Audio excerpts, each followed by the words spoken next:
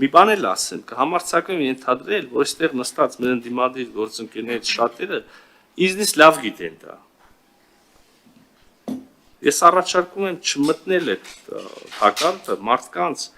հիմար բաներով չխաբել։ Ասեմ։ Շարունակել քննադատել իրար, չհամաձայնվել իրար հետ։ Հիմարություն ես համարում եմ, ասեմ, պարոն Դանիելյան, խաբկանքը, պատրանքը, որը կարող է տրվել ժողովրդին, պատրանք այն մասին, որ օրինակ խաղաղությունը ունի այլընտրանք իդեմս պատերազմի, իդեմս հոխորտանքների, իդեմս ռազմական գործ, հիմա սրա մասին է խոսքը, ես քիչ առաջ ասում էի, որ երբեմն մենք ասում ենք բաներ, պարոն Դանիելյան, նայեք, պարոն Դանիելյան, մի բան ասեմ, օրինակ նախորդ ասածս շատ ավելի վատն էր, երբ որ ասում եմ վատ ծառայություն ենք մատուցում։ Հարգելի գործընկերներ,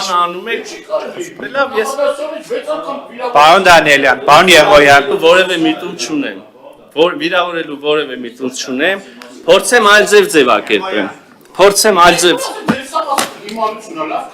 ասում եք, նես չի որ չեք ասում, պարզավոր ասում եք, շատ լավ ասացիք, հիմի նայք ինչ արեցիք, ես ինչ եմ ասում, պարոն Դանիելյան, ասում եմ եկեք կարճաժամկետ քաղաքական դիվիդենտների պատճառով Հայաստանի Հանրապետության քաղաքացիներին, հայ ժողովրդին, Հայաստանի Հանրապետություն ավելի խորը փոսի մեջ չգցենք, դուք բռնում եք մի հատ բառի մասով բան եք սարքում։ Ես պատասխանեցի ինչքանով պատասխանում էի իմ պատասխանը։ Արձագանք, 1 րոպե արձագանքի համար։ Այստեղ Հայաստանի Հանրապետությանը վատ ծառայություն մատուցող անձինք Ադրբեջանի պահանջները կատարողներն են։ Մենակ ավելի վատ ծառայություն Հայաստանի Հանրապետությանը չէր կարելի որևէ ձև մատուցել։ Իմ կարճաժամկետել, երկարաժամկետել դիվիդենտ այն կլիներ, որ մենք ունենայինք իշխանություն, որ Ադրբեջանի պահանջները բանակցային սեղանին կարողանար որևէ ձև զսպել, հակակշռել։ Դուք տարական հարցի արդեն 2 տարի չեք կարողանում պատասխանել։ Ես ուզում եմ այս հարցը իրոք էմոցիաներից դուրս քննարկել։ Տարական հարց է ձեզ հնչում, ինչի մասին ասես խոսում եք բացի դրանից։ Ադրբեջանը վերջը ինչ ա զիջում, որ մի պահանջին է կարողացել դիմագրավել, որ սկսել եք բանակցել այդ պահանջը եղել է, բանակցությունների ընթացքում դա դուրս է եկել։ Ադրբեջանի պահանջները մենակ ավելացել են։ Եվ այլ երկրորդն էլ պարզ հարցը, գնահատականներին կանադառնանք ելույթում, որոնք են խաղաղության օրակարգի դեմ այսպես կոչված գործողությունները, որոնք պայմանավորվել եք Ադրբեջանի հետ, որ պիտի նենց անեք, որ երկրներում չլինի։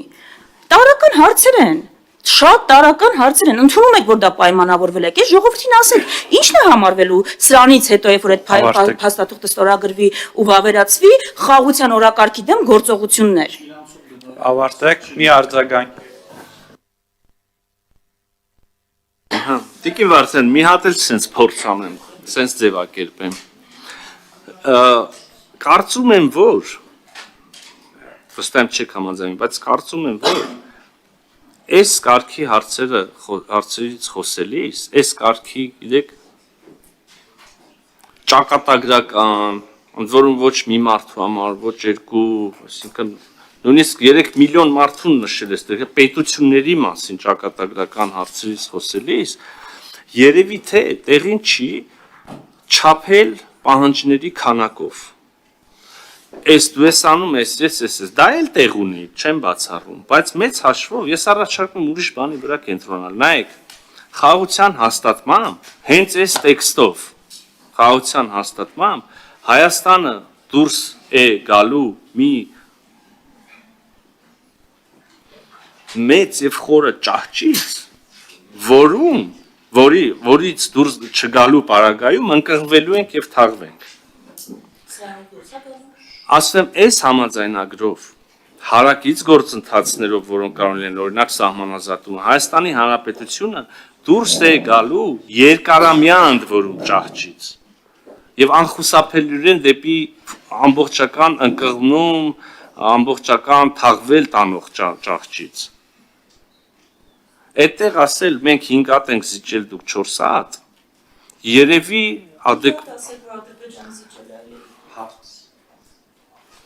Հիմա ես ինչ եմ ասում, դու ընդհանրապես այդ մոտեցումը չեմ կիսում։